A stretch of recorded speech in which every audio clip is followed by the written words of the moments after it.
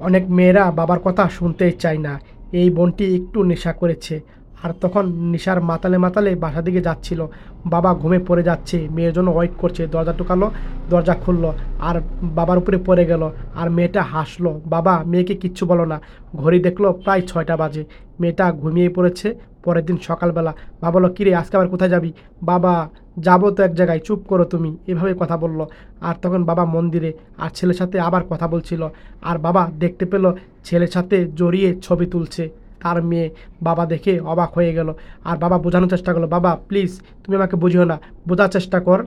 আর তখন বললো, বাবা প্লিজ, আমার বয়স হয়েছে, আমি বুঝি। বাবার কোনো কথা ছিল না। আর ছেলেটা বলল, দেখো আগামীকাল টাকা পয়সা সোনা দানা সব নিয়ে আসবা, পালাই যাবো। মেয়েটা রাজি হচ্ছিল না, যাও লক্ষ্মী তুমি নিয়ে আসো। আর তখন পরের দিন এই দেখলো বাবা ঘুমিয়েছে। আর মেয়েটা চুপ চুপ করে আলমারি থেকে টাকা পয়সা সোনা দানা যা কিছু আছে সব ব্যাগে ভরছে। সে পালিয়ে যাবে, ছেলে বলেছিল সব কিছু নিয়ে আসতে।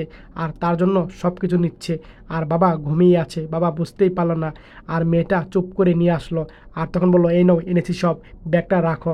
আর বাবা ঘুম থেকে উঠে দেখতে পেলো আলমারি ফাঁকা, টাকা পয়সা সব নিয়ে গেছে। বাবা বুঝতে পারলো মেয়ে পালিয়েছে। বাবা কিচ্ছু বলো না। ছেলেটা স্বর্ণের চেনগুলা বের করে দেখলো।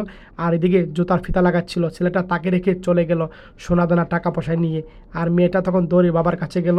আর বাবা দেখে অবাক হলো, বুকে জড়িয়ে নিল। সত্যি ভিডিওটা ভালো লাগলে